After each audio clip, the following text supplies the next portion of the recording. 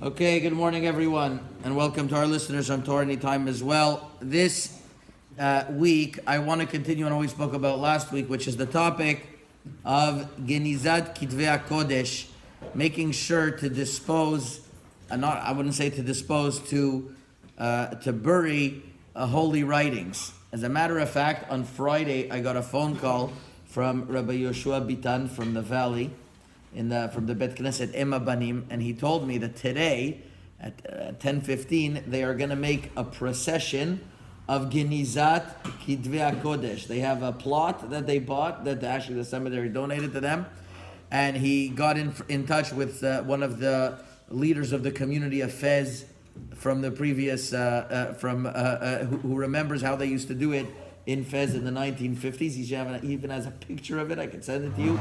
How this procession was. It was mamash kavod, that they would sing Mizmor Tehilim, and that's it. They would bury Kitvei HaKodesh.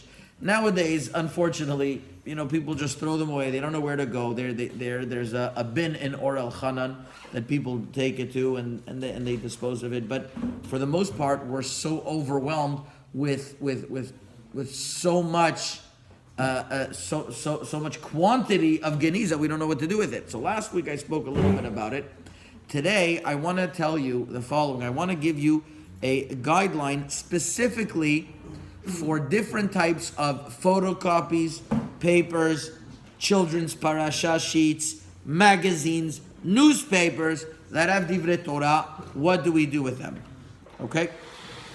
So the earliest precedent for such a question was in the time of the Gedolei Acharonim. They had a question that they would print books. Now, before they would print books, they would have the copies of the books. In English, it's called galleys.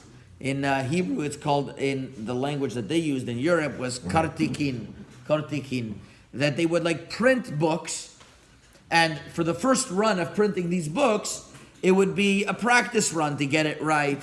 And these first books they wouldn't print, they would just throw them out. And after a while, they had tons of them, and they didn't know what to do with them. Where are they going to throw them out? Most of their books people use. The minority of them, they would do Geniza. But they can't start doing Geniza for a whole room full. They didn't know what to do with it. And up to a point that they would send them to different places. Paper was very expensive then, so it would get used as, God forbid, toilet paper. It's a very serious question. There was two of the great Godolador called the Shvut Yaakov and the Knesset Yechezkel that already spoke about this. The Shvut Yaakov discussed that in his cemetery a few hundred years ago, they would leave a barrel of Kitvei HaKodesh there, and the Goyim would come and use it, God forbid, for their uses. I'm not going to even say what. They would just desecrate it. So the Shvut Yaakov says maybe it would be better to burn it. Why? Even though you're not allowed to burn Kitvei HaKodesh, especially not the Shem Hashem, that's a violation of a Torah prohibition of erasing the name of Hashem. But if you're going to keep it around, it's going to be even worse. And he has a proof from Shaul HaMelech. King Shaul committed suicide in order so that they shouldn't disgrace him and make a Chilul Hashem.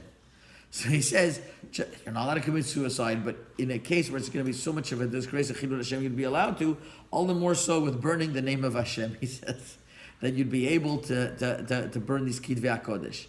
The Godolador didn't agree with him. The Knesset Yechezkel, which was one of the great Rabbanim of his time, disagreed, and he says it was forbidden. He didn't go with it. However, there was a teshuvah from Harav En Yitzchak, Rav Yitzchak Elchanan Spector. Yitzchak Elchanan Spector was known as the Godolador in Europe in the late 1800s. He was known as the Godolador, Rav Yitzchak Elchanan Spector, and he writes in En Yitzchak Siman He the following. He says, first of all, where do we find that you have to do Geniza on Torah writings? There's a pasuk that says in Parashat Re'eh, I think we spoke about this last week, Ve'ibadtem et shmam, you have to erase the name of the Goyim. Lo tasud ken l'Adonai Elohechem. Don't do this to the name of Hashem. Don't do this to the name of Hashem would mean that you don't erase the name of Hashem. It's not written about regular Gemarot. Nevertheless, he brings a Rambam, a Sefer HaChinuch, and others, that there's an Isur de Rabbanan to get rid of Kitvei HaKodesh, any writing that constitutes Torah. So he proves, number one, it's an Isur de Rabbanan. Now, for an Isur de Rabbanan, you're allowed to fix and erase. How does he know that? When a Sofer is writing a few psukim and he gets it wrong, and he's not talking about the name of Hashem, it's just a few psukim that are wrong, he's allowed to erase those psukim because those psukim are there in order to make a better job. So says Rav Yitzchak Elchanan, you see that when you're doing something for a purpose, this Isur de Rabbanan is allowed. She says, let's think about it. Over here, if you're not going to do Geniza, it's going to. If you're not going to get rid of it in an honorable way, it's going to come to disgrace. So it could be you could dispose of it in the garbage instead of letting it run loose. But then he says something else. He says that it could be that these papers don't have kedusha in it at all. There's a Gemara in Masechet Gitin that says a Sefer Torah that a heretic wrote, you could burn it. A Sefer Torah that a heretic wrote, even the name of Hashem, he wrote the name of Hashem, you burn it. It doesn't have any kedusha whatsoever. Why? Because he didn't have intention to write it l'shem mitzvat k'divat Sefer Torah. Says Rav Yitzchak Elchanan Spector, the same thing too is when a person is printing these prototypes, these galleys, he doesn't have kavanah that it should have kedusha in it. He doesn't have in mind that it should have kedusha. Since he doesn't have in mind that it has kedusha, there's no kedusha on it. And he says that even sidurim and whatever the like, you could dispose of them and you don't have to put them in Geniza. That was his famous groundbreaking teshuvah.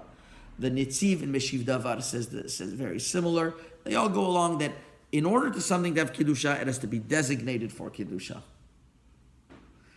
Rav Moshe Feinstein in Chelek Dalet Siman Lametet has even bigger chidush. He says that Gemarot, anything to do with oral law, shouldn't have been written in the first place. Tanakh allowed to be written. Oral law wasn't allowed to be written. The only permission that it was allowed to be written is because there's a special heter that otherwise we'd forget our learning. If we wouldn't have written it, we would have forgotten it. But when you don't need that Gemara anymore, listen to this, a Gemara, when you don't need it anymore, it's too old, nobody's going to use it, its Kedusha is gone. That's it. The Kedusha is only so long that you need to use it. In the Sefer Gizeh HaKodesh says they asked Rav Elyashiv about this Teshuvah, Rav Vosner, nobody agrees with it. Even Rav Moshe Feinstein himself in many Teshuvah, even Rav Moshe Feinstein in many Teshuvah himself writes that we don't rely, that you, in other Teshuvot writes that you need to do Geniza on Kitvei HaKodesh. And he complains about the fact that people just use sidurim and they just print a lot of sidurim and then they don't know what to do with them afterwards. So he's very strong, and he says that this is a heter. You have to speak to other Godolador. It doesn't seem to be the accepted this heter. However, I spoke to Shlomo Miller on Thursday, and he told me the following. He told me that very similar to the En Yitzchak, and this is important. What? Yeah, not the one from here. Shlomo Miller from Toronto said the following: that if a person if there's a big difference between what type of publications. If it's publications that were meant to be thrown out, for example, the parasha sheets, the magazines that you get every week, not magazines that you keep like Torah journals, but magazines that you keep every week, and papers that are meant to thrown out. So those from the beginning, you didn't have in mind that you should be magdish them for a long time. That you should have kavanah to be magdish them for a long time. He told me, interestingly, that his Rosh Yeshiva, Aaron Cutler, used to say, look at the difference between how we honor Torah and how they honor. When they want to honor someone, they put his name on a stamp, they put his picture on a stamp.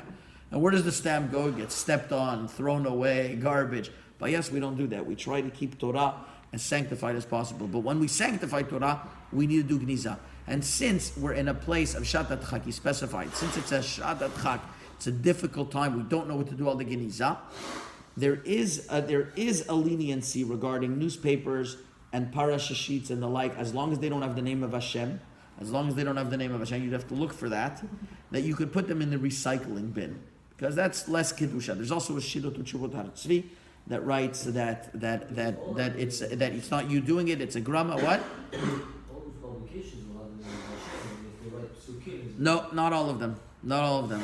Most of the parasha sheets you get at home from school, they won't have Shem Hashem. And we have to tell the teachers not to put in the name of Hashem in them.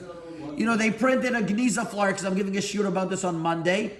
And in the Geniza, they took pictures of old things, and there was the name of Hashem written inside out. You know, you have to be careful on these things. This is very, very... As the name of Hashem, you have to put in Geniza. Yeah, you have to put in Geniza. That there's no... You know, according to Ritzchak Elchanan, you know, since it didn't have Kedusha, the Kortikin, because you had in mind not to be Magdish, that could have been different. But generally not. So this is what the maskana is. All these type of publications that are made to throw out, not to be for long term.